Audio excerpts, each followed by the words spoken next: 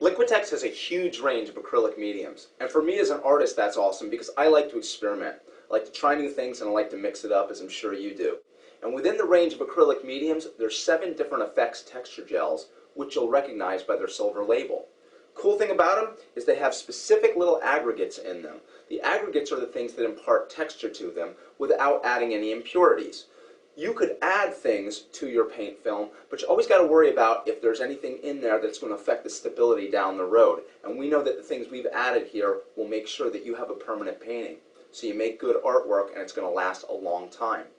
You can mix any of these together in any combination. So if you want to try black lava with white opaque flakes and see what you get, you can do that.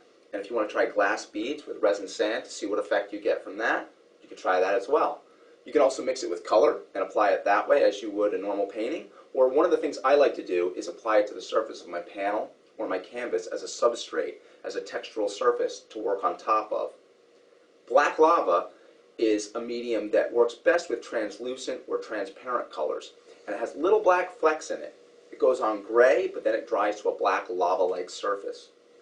Blended fibers dries to a matte sheen and actually has the effect of torn little fabric when it dries. I've actually mixed it in here with color to create the landscape. I didn't know what I was going to get when I did that, but by experimenting I found that I had a very soft, sort of misty surface to it, which gave me something that was very desirable. With white opaque flakes, it's a coarse gel that's irregular, and if you add white to it, it's going to boost the brilliance and clarity of that. The little flakes in it actually almost look like coconut flakes. And in here, I've used it as a substrate, painted on top of it, and got myself this very rough texture. With glass beads, it doesn't actually have glass beads in it. It's got little plastic beads, but it dries to a semi-gloss surface. So when light shines off it, it reflects and it gives a really, really brilliant surface.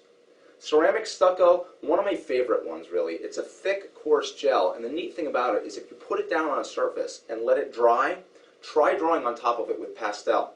Once you do that, and you spray it with a fixative or with an aerosol varnish to fix it into place, it'll actually look like an Italian fresco. You'll get a really cool piece of artwork by trying that.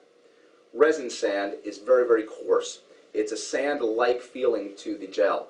And if you mix that with a little bit of ceramic stucco and add some black lava in, you'll actually get a surface that looks like granite. And then finally, natural sand. That's the one that's most like adding beach sand to it. It's got fine little granules in it. But again, you wouldn't want to add beach sand because you could be adding impurities that could affect the permanence of your painting down the road. And that'll dry to a semi-gloss surface.